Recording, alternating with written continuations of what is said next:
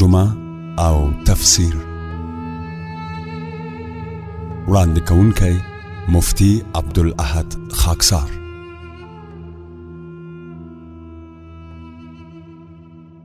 اعوذ بالله من الشیطان الرجیم.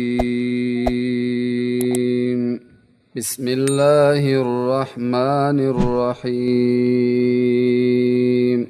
كيف تكفرون بالله وكنتم أمواتا فأحياكم ثم يميتكم ثم يحييكم ثم إليه ترجعون.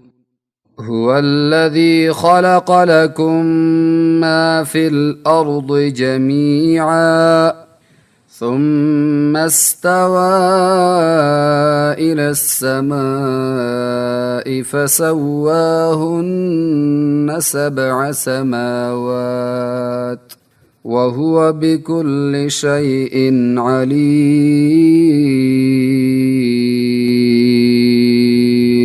صدق الله العظيم. د شمشاد رادیو ټولو اوریدونکو السلام علیکم ورحمت الله وبرکاته. زه عبدالاحد خاکسار د تفسیر او ترجمعه دغه برنامه ستاسو په حضور کې وړاندې کوم. الله دې وکړي چې د صحت جامه پتن ولرئ او ورځم په خیر پیل کړئ. د دین وړاندې آیاتونو کې رب العالمین جل جلاله بیان وکړ. علما وایي د دین وړاندې بیان په مخکینو آیاتونو کې د الله په وجود باندې او د الله په یووالي باندې د محمد رسول الله صلی الله علیه و آله وسلم مبارک پر رسالت باندې او د قرآن په حقانیت باندې خبرې وشوي او د منکرینو د باطل خیالاتو رد هم وشو. په دې آیاتونو کې د الله تعالی احسانات او انعامات ذکر کیږي. وروسته د احسانات او انعامات ذکر کولنا بیا په اظهار د تعجب کوي. اغه تعجب داسې الله وی ما پتا څومره احسانات وکړه او ته څنګه انسان چې زما احسانات نه مني او د انکار سره سره شمشاد یو سلو دا خو د انسانیت د جامع نه خلاف دی. بلکې که په دې دلایلو کې سوچ او فکرم اونشي او اے انسان ته په دې کې تفکر مونه کې سوچ مونه کې نو د محسن احسان خو مونه کنه چې چا در سره احسان کړی چې هغه رب العالمین دی. او هغه احسان منل دادی چې د هغې تعظیم او تابعداري وکړه ځکه تا سره ډېر لوی احسانات کړي. په اولنی آیت کې مخصوص نعمتونه د الله تعالی ذکر کیږي. هغه نعمتونه الله تعالی داسې بیانوي چې هر انسان د پیدایش نه مخکې د بې بدنه ذراتو د بې جانه ذراتو په شکل کې و. د هغې د پوهولو دپاره چې زمونږ په ذهن کې راشي نو دا ښه مثال دی. ځمکه دا د مړ په شکل کې او دا مړه وه دا ځمکه. وروسته الله تعالی په دې باندې باران وکړو او بیا د هغې نه د غنمو دانې غوندې میوې را پیدا شوې او غنم دانې را پیدا شول. هغه څیزونه انسان نوش جان کړل. انسان چې هغه وخوړل د هغې نه پس د هغه عزم شو د هغې میوو نه او د هغې غنمو نه وینه جوړه شوه. هغه د ده د وجود یو حصه وګرځېده. د وینې نه پس الله دغه ذرات د یو نطفه په شکل کې د پلار په ملا کې ځای کړل. دغه نطفه نه بیا انسان جوړ شو. نو که انسان سوچو کې د ذراتو په شکل کې په دې ځمکه کې خور ور پروتو او الله پیدا احسان وکړه چې دغه ذرات جمع کړه روح پکې واچو انسان ته جوړ کړه. نو دا یو مخصوص نعمت الله تعالی بیان کړه. مقصد دا دی چې انسانا زما احسان اومن او عبادت زما کوا. په دویم آیت کې الله تعالی عام نعمتونه ذکر کوي. هغه عام نعمتونه دا چې اول الله تعالی ځمکه پیدا کړه بیا یې اسمان پیدا کړ. بیا د دغه اسمان نه اوبه د باران په شکل باندې ځمکې ته را ورسولې. هغې نه بعد ځمکې زرغونه را شنه کړه. شینکی را پیدا کړه. چا دپاره الله دا شینکي پیدا کړه؟ اے انسان تا ته پیدا کړه نو ته خورې. دا یو عام احسان او نعمت د الله تعالی دی چې عام دی خاصو کې نه دی. دا په ټول انسانیت باندې د الله تعالی احسان دی چې هغې ته د زندګۍ اسباب برابر کړي. او بیا ورته دومره لویه دنیا په اختیار کې ورکړې ده، نو باید چې دغه ذات عبادت وشي. رب العالمین فرمایي کیف تکفرون، سرنګي کفر کوي تاسو. یعنی دا خو د تعجب خبره ده، دلیل نه پیدا کیږي چې تاسو کفر اختیار کوي. کیف تکفرون، تاسو سرنګي کفر کوي بالله په الله باندې، الله نه څنګه انکار کوي. تکفرون کې عام خطاب ده، مسلمان تک چیرته دا خطاب وشي نو ناشکری بشي، چې څنګه ناشکری کې مسلمان د الله په ذات. مشرکان او يهود عام خطاب دی، الله تعالی دی کې ټول ته عام خطاب کوي. لفظ د کیفا قران عظیم الشان کې 83 مرتبه راغلی. کیف تکفرون بالله، سرنګي کفر کوي تاسو په الله باندې. وکنتم حال دا دی چې وای تاسو امواتن مړه، فاحیاکم، نو دی الله تعالی ژوند کړی تاسو په حقیقي ژوند سره. ثم یمیتکم، بیا بمړ کړي تاسو. ثم یحییکم، بیا بمرا ژوند کی د قبرونو نام. ثم الیه، بیا به الله ته ترجعون، بوتللی شئ تاسو ټول به الله ته بوتللی شئ. هو الذی، الله غذات ته، خلق لکم چې پیدا کړي دي تاسو لرا ما هغه څه فی الارض چې په ځمکه کې دي جمیعا ټوله. اے بندا سچ په دې ځمکه کې ته ګورې نو دا د رب العالمین جل جلاله د طرف نه د تحفې په طور باندې تا سره احسان دی. کته د هغې استعمال په هره طریقې باندې کې الله درته دنیا کې اختیار درکړی دی. د خوراک د پاره څومره لوی نعمتونه درته درکړي دي، نو دغه ذات او بیجانا چې هغې ته رب العالمین وایي. هو الذی، الله غذات دے خلق لکم چې پیدا کړي تاسو لرا ما هغه څه فی الارض چې په دې ځمکه کې دي جمیعا ټوله. ثم استوى، بیا یې قصد وکړه الی السماء، د جوړولو د اسمان، یعنی په طرف د اسمان الله تعالی قصد وکړه. فسواهن، برابر کړه 7 سماوات و اسماننا. وهو دا اللہ تعالی بكل شيء علیم، او دا اللہ تعالی عالم دے پار سیز باندے، علم کامل لري پار سیز باندے، اللہ تعالی علم کامل لري. کیف تکفرون بالله، سرنگے کفر کوي تاسو پا اللہ باندے. دے خلکو خدا اللہ د وجود نه انکار نو کړي، د مکی مشرکانو یا د نسواراو یا یهودو، دی خو دا الله د وجود نه انکار نه دی کړی. ولې کیف تکفرون بالله راځي؟ یو اعتراض دی، او قرآن خپله وایي چې هغوی الله مني. رب العالمین جل جلاله فرمایي ولئن سألتهم من خلق السماوات والارض ليقولن الله. محبوبه که د دې مشرکانو نه پوښتنه وشي چې د ځمکه او اسمانونه چا پیدا کړي، نو دی به وایي چې الله. دا خو به دوی خپله م وایي، دا به دوی خپله م وایي چې الله پیدا کړي. نو بیا څنګه کافر شو چې د الله د وجود نه انکار نه کوي؟ نو خو کافر نشو. علما فرماینا صحیح دا چې د الله د وجود نه انکار نو کړی، مگر د رسول الله مبارک نه انکار وکړم. نو د رسول الله مبارک د انکار په وجه باندې چې د هغې نه انکار کړی دی، رب العالمین فرمایي چې محبوب مې نه منئ نو تاسو کافر یئ. داسې ده لکه ما چې نه منئ. ولې رسول الله مبارک خو خپله نه راغلی، اخو الله را لیږلی. نو یو انسان که ټوله ورځ الله الله کوي مگر د محمد رسول الله صلی الله علیه وسلم د رسالت نه انکار کوي، نو دا کافر دی. ځکه یهود و نصارا و مشرکینو ته مونږ کافران وایو. اصل وجه دا ده. وکنتم امواتا، اموات د میتون جمع ده، دا مرده ته ویلی شي. دې کې اشاره ده دې خبرې ته چې ای انسانه ته ځان ته سوچ وکړه، ته څه وې؟ ځان ته ته سوچ وکړه، مخکې د نطفې په شکل باندې وې. الله وی ما در باندې احسان وکړه، د هغې نطفې نه مې اول ذره وې، بیا مې په واسطه نطفې غوندې جوړ کړلې، بیا د نطفې نه وروسته الله وی چې د مور په نفس کې څومره ښکلی شکل مې درکه، او بیا د هغې نه پس دنیا ته راغلې. او لقد خلقنا الانسان فی احسن تقویم، الله وی ما څومره ښایسته پیدا کړې، ته خو ځان ته وګوره. نو وکنتم امواتن کې دې خبرې ته اشاره ده چې ته خو خپل حال ته سوچ وکړه، نو د هغې نه بعد د الله نه بیا انکار وکړه که نه. ایا ستا عقل او ضمیر دا اجازه درکې چې دومره لوی محسن نه ته انکار وکې؟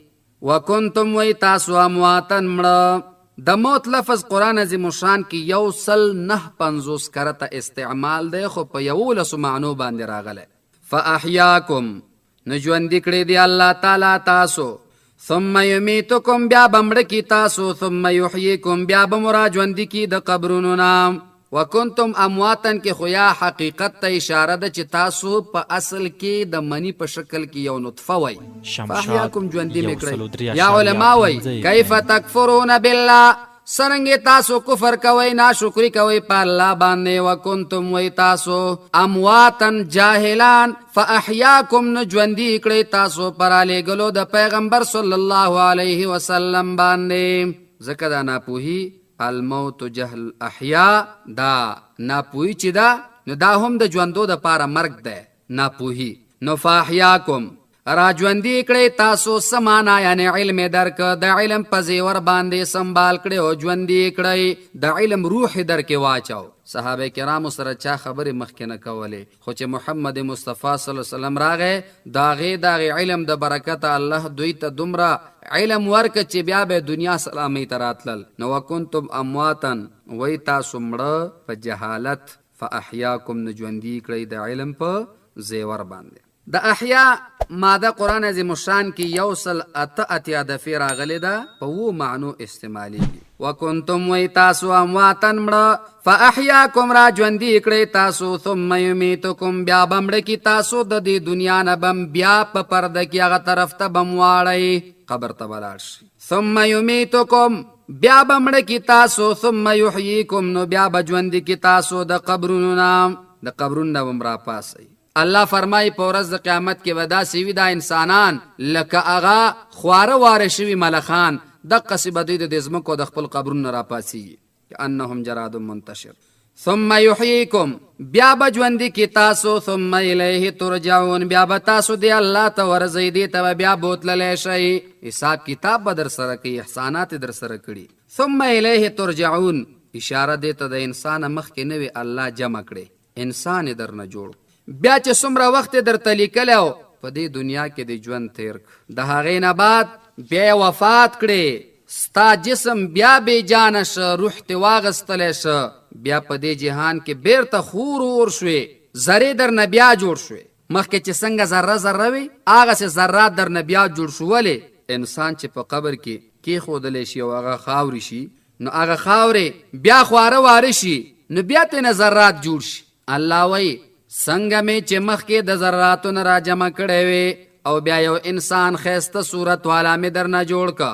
نو ای مشرکانو انکار مه کوئ چې ورځ د قیامت کې به زمونږ دا ذرات څنګه جمع کیږي. الله مخکې هم جمع کړی وي، بیا به د ورځ د قیامت کې را جمع کړي او ځان ته به دې ودروي. امام مسلم رحمت الله علیه یو حدیث ذکر کړی، بني اسرائیلو کې یو سړی و، هغه ډېر ګناهونه کړي، بچو ته وصیت وکړو چې کله مړ شم نو ما به وسوځوئ او نیمه ایره مې اوبو کې واچوئ، نیم هوا کې واچوئ. د وصیت مطابق کله چې دی وفات شو بچو دغسې وکړه، ویې سوځه، نیم دریاب کې او نیم په هوا کې وشینده. رب العالمین جل جلاله دریاب تم حکم وکړه او وچې ته هم حکم وکړه دا راغونډ کړي، مستقل انسان ته جوړ شو. الله تعالی ورته وایي دا کار دې ولې کړی؟ او ورته وایي ربه ما ډېر ګناهونه کړي و، د سترګو لګېدلو ځای مې نه و، دقه یو صورت راته پاتې و مال چې دقه شکل کې دا کار وکړم کیدی شي چې تا سره مخامخ نشم، نو د سترګو لګېدلو ځای نه و، الهه ویرېدم درنه. رب العالمین جل جلاله به ورته ووایي چې ځه چې دا دې زما د ویرې کړی نو ما وبخلې. نو په دې حدیث کې هم ګوره دا ښکاره شه چې هغه ایره چې د وجود ایره شوی دی او هغه نیم دریاب ته غورځېږي او نیم په هوا کې غورځېږي او الله بیا جمع کوي، نو هغه ذات په دې قادر دی انسان چې تا به هم د قبر نه پاسئ، عقیده دې مه خرابوه. دلته که مونږ سوچو که په دې آیت کې الله تعالی فرمایي کیف تکفرون بالله وکنتم امواتا فاحیاکم، نو دا فی ذکر راوړي. دلته علماء کرام فرمایي چې فا تعقیب مع الوصل د پاره راځي، نو کنتم امواتا فاحیاکم تاسو مړوي نو را ژوندي مې کړئ. علما وایي دې کې وخت کم دی. ولې انسان چې کله د ذراتو نه راغون شي او هغه د پلار شاته راشي د نطفې په شکل او بیا د مور نفس ته لاړ شي 9 میاشتې تیرې کې او بیا دنیا ته راځي، نو دا وخت کم دی ځکه فاحیاکم یې ویلې. بیا دنیا کې پاتې کېدل، څوک زر وفات کیږي او څوک اکثره ډیر وخت پاتې کیږي. انسانان ډیر کم د سیوی پیدا کېدو سره وفات شي. نو الله تعالی دلته ټکی د ثم راوړه ځکه دا زندگی لږه اوږده وه، نو دلته فا رانوړه ثم یې پې داخل کړ. بیا چې کله د وفات کی مړ دی کی د هغې نه بعد چې بیا د قیامت ته راپاسوي نو بیا لږ وخت ډیر دی، نو بیا یې پکې ثم استعمال کړ. نو دا ثم چې راغلی دلته لږه زمانه اوږده ده. او علما کرام یو بل هم وایي انسان چې پیدا شي نو په غوږ کې اذان وشي، او چې کله وفات شي نو بیا پې جنازه کیږي.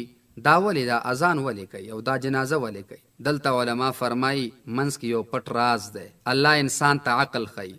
کله چې په دنیا کې مونږ تاسو اذان وکړو نو اذان پسې بیا مونږ اقامت وایو، قیامت پسې بیا مونږ جمع ودرو. نو په یو غوږ کې ورته اذان وشو چې ته مسلمان یې، په دویم غوږ کې ورته اقامت وشو چې ځان تیار کا د جمع دپاره.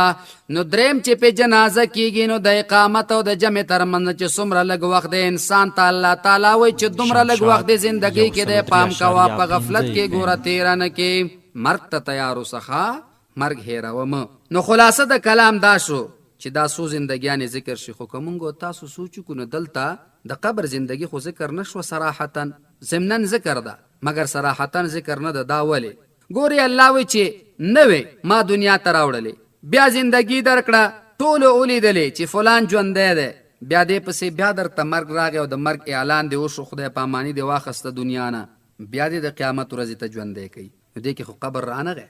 علما فرمایي د دنیا او د قیامت د آخرت تر منځ کې چې دا کومه زندگی د قبر ده هغې ته عالم برزخ وی. نو هغه ځکه ذکر نه که چې نه اول زندگی غوندې دی او نه آخر زندگی غوندې دی، هغه یو ځان ته مستقله زندگی ده.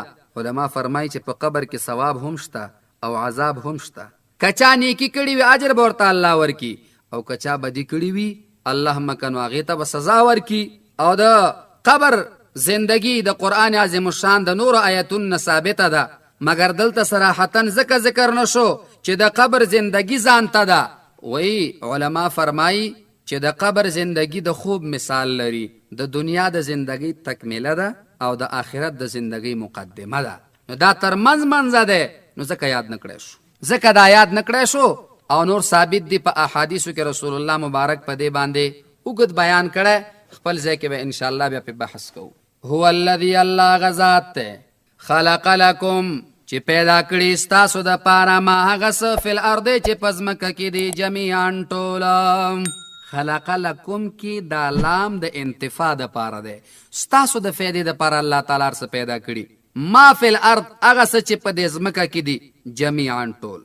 انسان د فایدې د پاره الله تعالی په ځمکه کې دا هر څه پیدا کړي، که ماشي دي، که مچان دي، که ماران دي، که لړمان دي، دا ټول هغه زهریله مواد په هوا کې خوري، دا د انسان د فایدې د پاره پیدا دي. اگر که انسان ته په فایدې باندې خبر نه، د چین په علاقه کې یو ځل هغې دغه واړه مرغۍ مونږ تاسو چیتې ورته وایو، د دې د ختمولو حکم یې وکړه ځکه چې دی د غنمو په وخت کې را پیدا کیږي او د غنمو دا دانې خوري. نو مړه یې کوي، ټول چیتې وویشتل، دوا په ذریعه باندې ختم کړه. کال ته چې کله فصل وشو نو یو قسم چینجي پکې پیدا شو چې هغه چینجي نه په دوا باندې ختمېدل او نه په بل څه. نو هغې چې کله تحقیق وکړه د هغې علاج دغه چې دی د پاره چیتې په کار دي، نو بیا د نورو ملکونو نه یو چیتی په 500 روپۍ دانه واغست او رایوړ. دغسې په یو علاقه کې مرض هغه ولګېده، تحقیق چې هغې وکړو نو هلته هغې مچان وجلي وو. نو بیا هغوی هغه مچان د نورو ځای نه راوړه او هلته یې خوشې کړه. دی هغه زهریله مواد خوري په هوا کې، اکسیجن چې ورته وایي هغه خراب، هغه ټول زهریله مواد دی په خپله استعمالوي او ختموي. د الله هر یو کار کې حکمت دی. یو سړی په لاره باندې روانو، د الله تعالی په دې پیدا کړي څیزونو کې هغې سوچ کو او فکر یې کو هر یو څیز کې. نو بعضې خلک ورته پښتو کې ورته ګونګټ وایي او په دري کې ورته ګزونډو وایي. دا داسې یو شی دی چې دا د انسان مواد غایطه جمع کوي. دا مواد غایطه چې دي ډکه او دسمات یې دا صرف راغونډوي لکه تشلو غوندې داسې جوړوي. دې سړي چې دې ته سوچ کړی دی ځان سره یې ویل چې یا الله هر کار کې د حکمت دی، خو دا خو ټوله ګندګي خوري او ګندګي ټولې دې کې به څه حکمتي. رب العالمین جل جلاله په ده باندې یو مرض راوړه، د معدې تکلیف ورته میلاو شو. څومره حکیمانو باندې وګرځېد، ټول ورته وایي ستا مرګ دی د دې مرض نه. ځکه د دې علاج مونږ سره نشته. نو هغه وخت کې هندوستان په حکمت کارونو کې ډېر مخکې و. اوس هم حکیمان هلته ډېر دي. چا ورته ویل هندوستان ته لاړ شه هلته به د علاج وشي. راغی هندوستان ته یو حکیم سره مخامخ شو. ورته وایي داسې د معدې په درد باندې اخته یم. حکیمان راته وایي چې ته به مرې.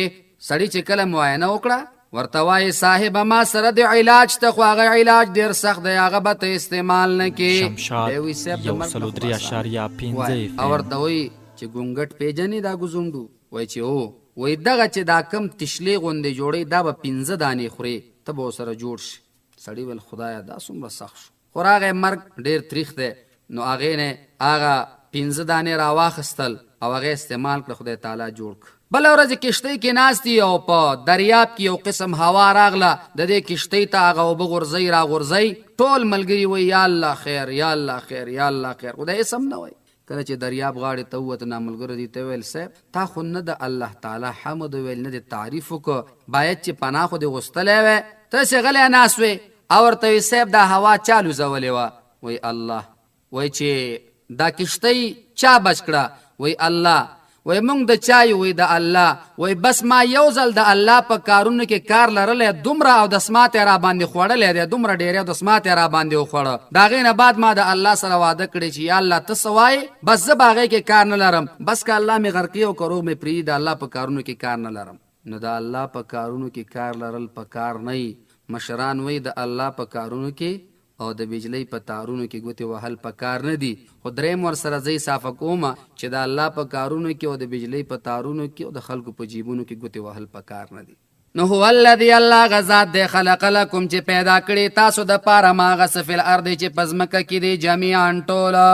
ثم استوى بیا یې قصد وکړه الی السماء په طرف د اسمان. فسواهن برابر کړه 7 سماوات و اسمانونه. دلته یو اعتراض دی. اعتراض دا دی چې هن ضمیر د جمع دی او راجع دی سما ته. د دې دواړو خو مطابقت نه معلومیږي ځکه سما مفرد دی او دا جمع ده. نو علماء کرام جواب کوي چې دا هغه مشهوره قاعده ده چې ضمیر دایر شي په مابین د مرجع او د خبر کې نو لحاظ د خبر اولاوي. نو سماوات کې دلته چې دی نو لحاظ د سماوات کړی دی ځکه فسواهن یې راوړه. فسواهن برابر ک 7 سماوات و اسمانونه وهو د الله تعالی بكل شیء علیم پارسیز باندې عالم دی. نو د الله په ټولو کړوړو باندې باید چې انسان راضي وي او د الله تعالی ناشکري ونه کړي ځکه هغه زمونږ رب دی. نو چې څه کوي زمونږ د فایدې دپاره کوي.